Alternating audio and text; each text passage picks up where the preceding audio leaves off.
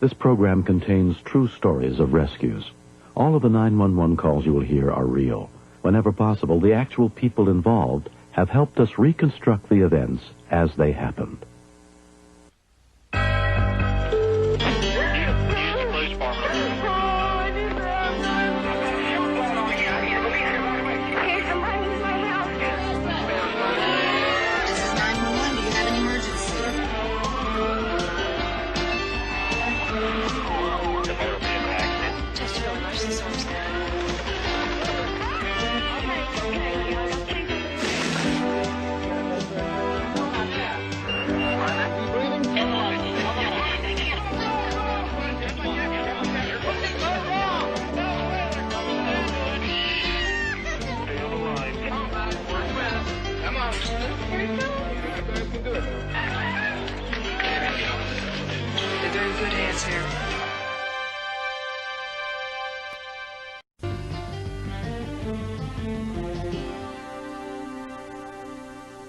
On August 15th, 1990, after spending weeks battling a series of forest fires 8,000 feet up in the mountains near the Idaho border, the Montana Indian firefighters were finally heading home to see their families.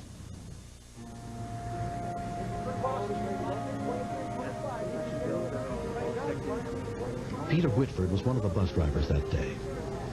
There's 20 or 21 firefighters to a crew. Ernie had 2 crews. Well, that's a lot of guys to be putting on one bus, you know, especially all that weight, plus all their gear they put on there. Everybody ready to go? Everybody ready to go. Okay, all right, let me get right back. Ernie Heavy Runner was going to be driving the bus behind Peter. I just told him, just drive careful because it's a long ways to the bottom and you're going to be using brakes just about all the way.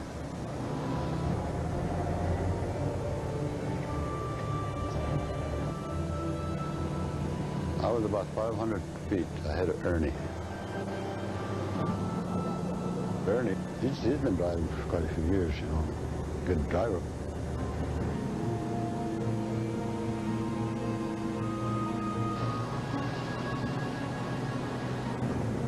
Crew Chief Michael Bullcalf was seated in the front of Ernie's bus.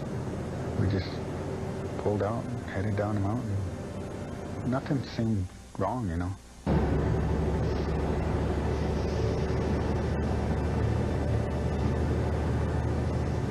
I heard a sound, like these big trucks have when they step on the air brakes. Hey, you've got to run away, boss. You've got to do something to stop it. Turn in. Try and find another gear.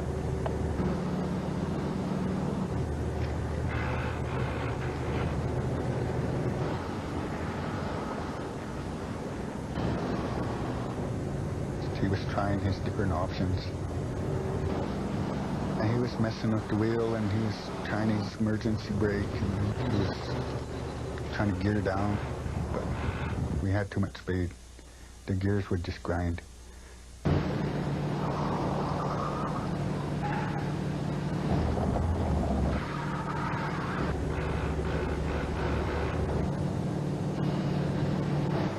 could tell that he was picking up speed pretty good.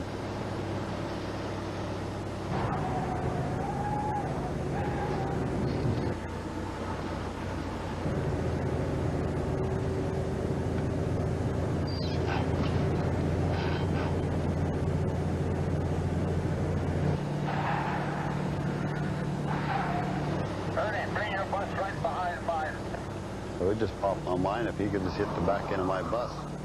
Well, I got my brakes on, you can't go too far.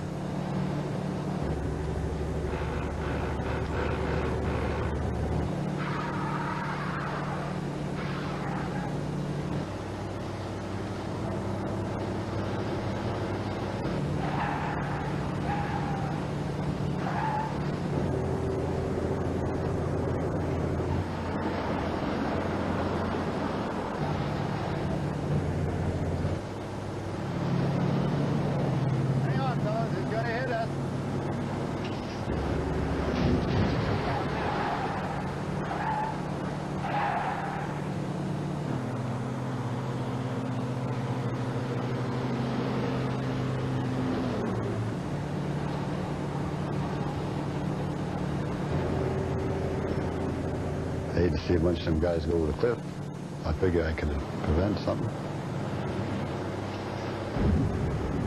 At the last moment, Peter moved over and Ernie drove right beside him.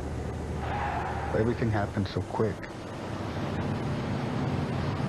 And I just kept crowding him over, and that come to my mind right then, and I wasn't going to let him go by me.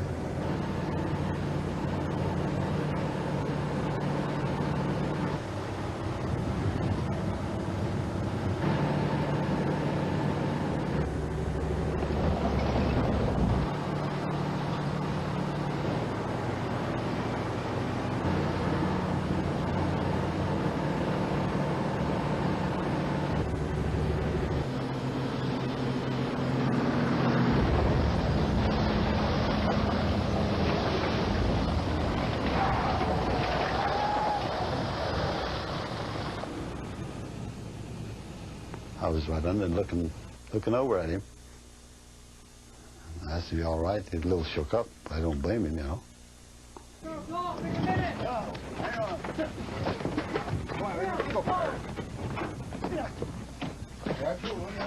I'm fine. After everybody got off, I told Ernie, "Let's go, Ernie." Yeah. And he wouldn't let his steering wheel go. So I just kind of had to take his hands off for him and stand him up and help him out. Everybody out, Mike. Okay. Yeah. Then I got out and looked the situation over. Never really dawned on me what we did until I got on the bus and looked the situation over the second time. Then I just kind of slowly fell apart right there. It hit me what happened. I'd say it's as close as you can come to losing not just one, but a few lives. 2 years later, Ernie Heavy Runner and Peter Whitford still drive the buses that transport the Montana Indian firefighters. Both men were presented with an award by the federal government for their heroic efforts that saved 42 lives that day. There's no doubt in my mind we could all die. Even if one of us lived, I know I wouldn't have wanted it to have been me, because I wouldn't want to have to live with it the rest of my life. Pete is a guy that doesn't say very much, but usually gets the job done. He's a good person to know.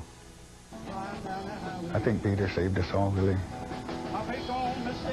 He's the guy that drove into us and pushed us into the cut bank.